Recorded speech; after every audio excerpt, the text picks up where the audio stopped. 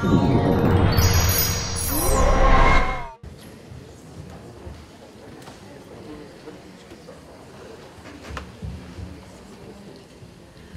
посрещнем с аплодисменти представителите на Хоровия съюз на Лимерик.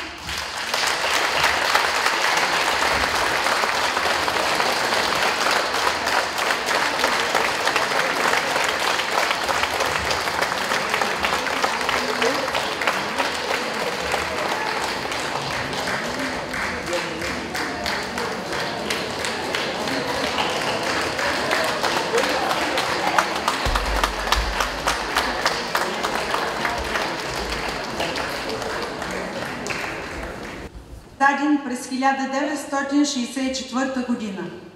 Самият град е четвърти по големина в страната и е център на електронната промишленост чрез концерна Dell. Това е една от най-големите хорови асоциации в Ирландия с повече от 100 членове. В нея участват както любители, така и професионални певци и музиканти.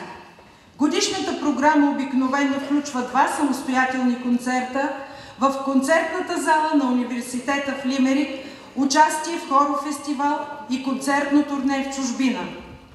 Хорът на Лимерик има изява в Полша, Словения, Италия, Англия. През миналата година на фестивала в Париж са съвместните участия на ирландските и хармонийските певци в 3 последователни концерта.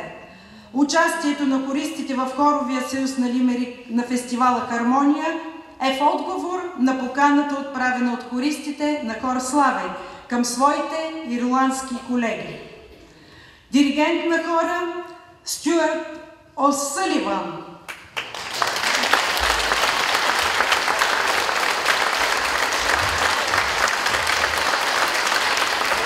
На рояла Питър Барлей.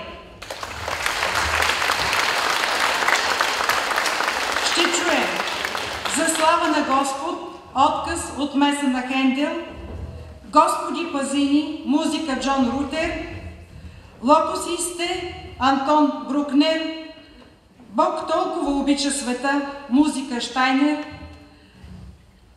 Тадео, музика Дженкинс, Алелуя, отказ от меса на Хендел.